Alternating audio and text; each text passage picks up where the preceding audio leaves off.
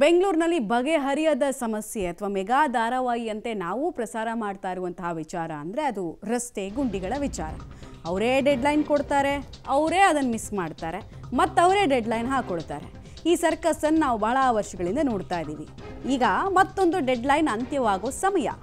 November 10ರ ತನಕ ಡೆಡ್ಲೈನನ್ನು GBA commissioner ಕೊಟ್ಟಿದ್ರು. ಒಂದೇ ಒಂದು ಸಣ್ಣ ಗುಂಡಿನೂ ಕಾಣಿಸಲ್ಲ ನಿಮಗೆ, ಎಲ್ಲ ಫುಲ್ ಕ್ಲೀನ್ ಮಾಡಿಬಿಡ್ತೀವಿ, ಎಲ್ಲ ಮುಚ್ಚಿಬಿಡ್ತೀವಿ. ಅಕಸ್ಮಾತ್ ಇನ್ನೂ ಗುಂಡಿಗಳಿದ್ರೆ ಅಧಿಕಾರಿಗಳನ್ನು ಹಾಕಿ ಮುಚ್ಚಿಬಿಡ್ತೀವಿ ಬೇಕಾದರೆ ಅಂತ ಉತ್ಸಾಹವನ್ನು ತೋರಿಸಿದ್ರು. ಇಲ್ಲಿ ತನಕ ಅವ್ರು ಕೊಡ್ತಾ ಇರೋ ಲೆಕ್ಕ, ನಾವು ಟೋಟಲಾಗಿ ರಾಜಧಾನಿಯ ವಿವಿಧ ಮೂಲೆಗಳಲ್ಲಿ 18,000 ಗುಂಡಿಗಳನ್ನು ಮುಚ್ಚಿದ್ದೀವಿ ಅಂತ.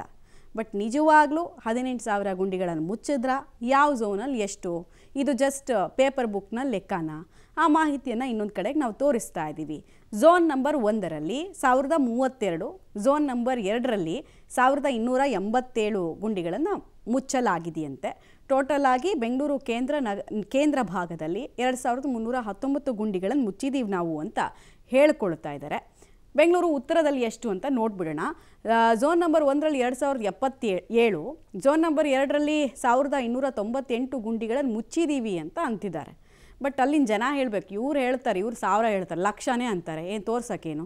ಒಟ್ಟು 3375 ಗುಂಡಿಗಳನ್ನು ನಾವು ಬೆಂಗಳೂರು ಉತ್ತರದಲ್ಲಿ ಮುಚ್ಚಿದ್ದೀವಿ ಅಂತ.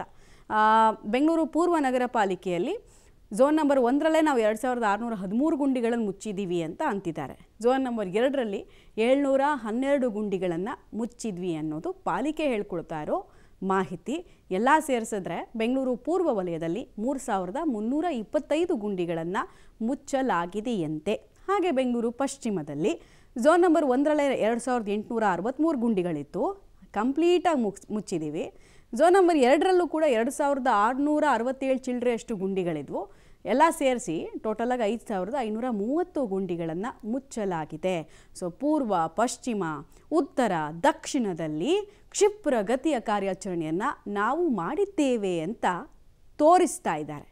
ಬಟ್ ರಸ್ತೆಗಳ ಪರಿಸ್ಥಿತಿ ಸುಧಾರಣೆ ಆಗಿದೆ ಅಂತ ನೈಜ ವರದಿ ಯಾರು ಕೊಡ್ತಾರೆ ಅಂದರೆ ನಮ್ಮ ವರದಿಗಾರರು.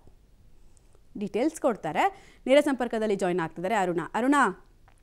ನಂಬರ್ಸ್ ನೋಡ್ತಾ ಇದ್ವಿ ನಾವು, 5,000, 6,000 ಗುಂಡಿಗಳನ್ನು ಮುಚ್ಚಾಕಿದ್ದೀವಿ, ಎಲ್ಲ ಗುಂಡಿಗಳನ್ನು ಕಂಪ್ಲೀಟಾಗಿ ಕ್ಲೀನ್ ಮಾಡಿದ್ದೀವಿ ಅಂತಿದ್ದಾರೆ.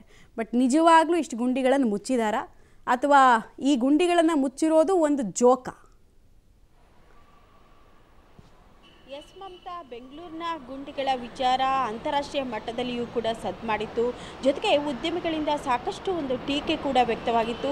ಈ ನಿಟ್ಟಿನಲ್ಲಿ ಸ್ವತಃ CM ಸಿದ್ದರಾಮಯ್ಯನವರೇ ಡೆಡ್ಲೈನನ್ನು ಕೊಟ್ಟಿದ್ದರು. ಜೊತೆಗೆ ನವೆಂಬರ್ 3ಕ್ಕೆ ಎಲ್ಲ ಗುಂಡಿಗಳನ್ನು, ಬೆಂಗಳೂರನ್ನು ಗುಂಡಿ ಮುಕ್ತ ನಗರವನ್ನು ಮಾಡಬೇಕು ಎನ್ನುವಂಥ ಡೆಡ್ಲೈನನ್ನು ಕೊಟ್ಟಿದ್ದರು. ಆದರೆ GBA ಈ ಒಂದು ಡೆಡ್ಲೈನನ್ನು ಕಂಪ್ಲೀಟನ್ನು ಮಾಡಲಿಕ್ಕೆ ಆಗಲಿಲ್ಲ. ಹೀಗಾಗಿ ನಾಳೆಗೆ ಡೆಡ್ಲೈನನ್ನು ವಿಸ್ತರಣೆಯನ್ನು ಮಾಡಲಾಗಿದೆ. ಪ್ರಮುಖವಾಗಿ ನಾಳೆಗೆ ಬೆಂಗಳೂರಿನಲ್ಲಿರ್ತಕ್ಕಂತಹ ಎಲ್ಲ ಗುಂಡಿಗಳನ್ನು ಕೂಡ ಮುಚ್ಚಲಿಕ್ಕೆ ಡೆಡ್ಲೈನನ್ನು GBA ಕಮಿಷನರ್ ಅವರು ನೀಡಿದ್ದಾರೆ. ಆದರೆ ಕೊಟ್ಟಿರ್ತಕ್ಕಂತಹ ಮಾಹಿತಿಯನ್ನು ನೋಡಲಾಗಿ ಬೆಂಗಳೂರಿನಲ್ಲಿ ಈಗಾಗಲೇ ಇರ್ತಕ್ಕಂತಹ 18,000 ಗುಂಡಿಗಳನ್ನ ಮುಚ್ಚಲಾಗಿದೆ. ನವೆಂಬರ್ 3ಕ್ಕೆ ಇನ್ನೂ 16,000 ಗುಂಡಿಗಳು ಇದ್ದಾವೆ ಎನ್ನುವಂತಹ ಮಾಹಿತಿಯನ್ನು GBA ಕಮಿಷನರ್ ಅವರೇ ನೀಡಿದ್ದಾರೆ. ಅಂದರೆ ಪ್ರಮುಖವಾಗಿ ಈಗಾಗಲೇ ಅಂದರೆ ಇಲ್ಲಿಂದ ನವೆಂಬರ್ 3ರಿಂದ 9ರವರೆಗೂ ಕೂಡ ನಾವು 6,000 ಗುಂಡಿಗಳನ್ನ ಮುಚ್ಚಿದ್ದೇವೆ ಎನ್ನುವಂತಹ ಒಂದು ಲೆಕ್ಕವನ್ನು ಕೊಡ್ತಾ ಇದ್ದಾವೆ. ಸರಿಸುಮಾರು ಇನ್ನೂ ಏನಿಲ್ಲ ಅಂದರೂ ಒಂದು 10,000 ಗುಂಡಿಗಳನ್ನ ಮುಚ್ಚುವಂಥ ಒಂದು ಕೆಲಸ ಆಗಬೇಕಾಗಿದೆ. ಆದರೆ GBA ಅಧಿಕಾರಿಗಳು ಕೊಡ್ತಕ್ಕಂತಹ ಲೆಕ್ಕಾಚಾರ, ನಾವು ಪೂರ್ವ ವಲಯದಲ್ಲಿ ಇಷ್ಟು ಗುಂಡಿಗಳನ್ನ ಮುಚ್ಚಿದ್ದೇವೆ, ಉತ್ತರ ವಲಯದಲ್ಲಿಯೂ ಕೂಡ ಮುಚ್ಚಿದ್ದೇವೆ ಎನ್ನುವಂತಹ ಮಾಹಿತಿಯನ್ನು ನೀಡ್ತಾ ಇದ್ದಾರೆ. ಆದರೆ ಇದೆಲ್ಲವನ್ನ ಕೂಡ ಹೊರತುಪಡಿಸಿ ಬೆಂಗಳೂರಿನಲ್ಲಿ ಇನ್ನೂ ಕೂಡ ಗುಂಡಿಗಳಿಂದ ಆಗ್ತಕ್ಕಂತಹ ಅನಾಹುತಗಳು ಕೂಡ ಹೆಚ್ಚಾಗ್ತಾನೆ ಇದ್ದಾವೆ. ಜೊತೆಗೆ ಒಂದು ಕಡೆ ಗುಂಡಿಯನ್ನು ಮುಚ್ಚಿದ್ರೆ ಮತ್ತೆ ಇನ್ನೊಂದು ಕಡೆ ಗುಂಡಿ ಕೂಡ ಬೀಳುವಂಥ ಒಂದು ಪರಿಸ್ಥಿತಿ ಕೂಡ ನಿರ್ಮಾಣವಾಗಿದೆ ಮಮತಾ. ರೈಟ್, ಧನ್ಯವಾದ ತಮ್ಮೆಲ್ಲ ಮಾಹಿತಿಗಾಗಿ ಅರುಣ. ಪೂರ್ವ, ಪಶ್ಚಿಮ, ಉತ್ತರದಲ್ಲಿ ಎಲ್ಲ ಗುಂಡಿಗಳನ್ನು ಮುಚ್ಕೊಂಡು ಬರ್ತಿದ್ದೀವಿ ಅಂತಿದ್ದಾರೆ. ಬಟ್ ನಿಜವಾಗ್ಲೂ ನಮಗೆ ಗೊತ್ತಿಲ್ಲದಿರೋ ಪೂರ್ವ ಪಶ್ಚಿಮ ವಲಯ ಅಂತ ಇದೆಯಾ ಅನ್ನೋದು ಒಂದು ಪ್ರಶ್ನೆ ಬಂದ್ಬಿಡುತ್ತೆ.